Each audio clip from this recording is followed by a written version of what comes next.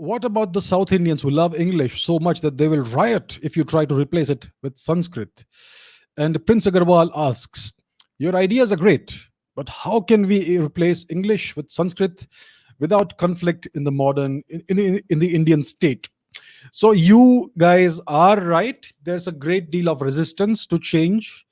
Right now, as of today, in southern India, especially in places like Tamil Nadu and Kerala, there is this great resistance and hatred towards Sanskrit and towards Hinduism, because it is not the fault of the people of the of these states that they have this attitude towards Sanskrit and towards Indian culture and Hinduism as a whole, and they have this chauvinistic supremacist mindset that Tamil is superior to Sanskrit, etc. And there is this language war: which came first, Sanskrit came or Tamil came first, etc.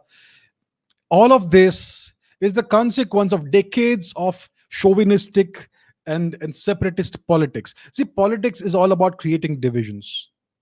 Politics is all about creating divisions and exploiting those divisions, creating this sense of persecution, creating a siege mentality, and exploiting that by saying that we are going to save you. We are the only saviors. We are going to restore your pride. We are going to restore your dignity. You have been enslaved for thousands of years by Brahminical patriarchy and Sanskritization, and these white-skinned North Indians and these Aryans and we Dravidians are actually older and all that. So this is all political narratives. India has always been one.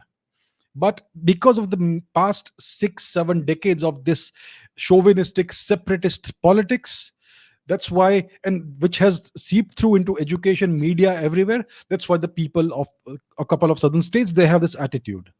And they have this belief through no fault of their own. I have been to Tamil Nadu. The people are wonderful, lovely people, very nice people, the friendliest people. But they all have this attitude because they genuinely believe that they have been persecuted, and their culture is different and separate and all that. So what needs to happen? You are right, there's going to be resistance. There's going to be resistance if we try to revise and reform the system and make Sanskrit the national language. There's going to be resistance. So what's the solution? The solution is the right leadership. See, if you look at, that's the reason why we have to study history, because if we study history, we can find solutions.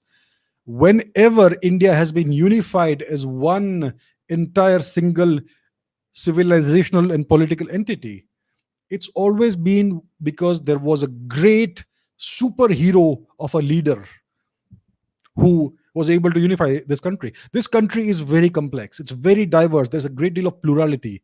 There's a great deal of apparent dissimilarity in culture and language and so many things. And yet it has one culture and civilization overall. But to unify it properly, you need a leader of a great stature. And that sort of leader doesn't come across. We don't find such leaders very often.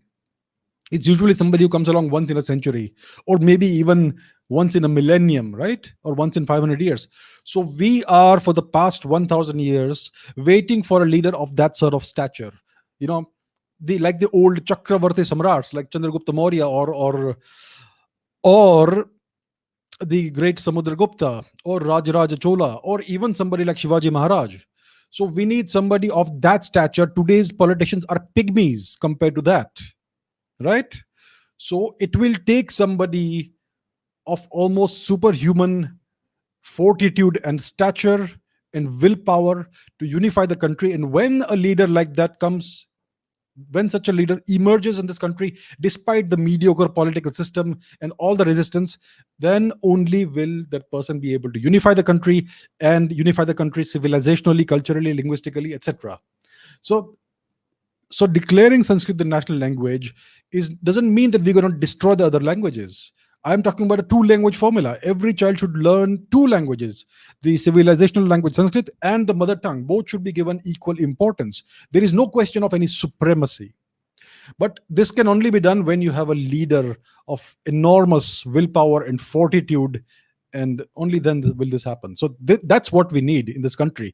We need genuine leadership. We don't need politicians. Politicians think short term. They think 5 years at a time. And they think about being popular. Popularity is essential to success in politics. In leadership, see, the difference between politicians and leaders is this: politicians will not succeed unless they are popular. So they have to take populist measures. Leaders will fail at leadership unless they take deeply unpopular decisions for the long term good. So that's why our system is designed to churn out mediocre leaders, fake leaders, politicians. So that's what India needs. India needs significant, deep, revolutionary, reformative change. I'm not talking about a revolution in the Marxist sense. No, I abhor that. India needs reforms, but revolutionary reforms, proper, non-violent reforms that strengthen the country, not divide it or fragment it. That's what's needed.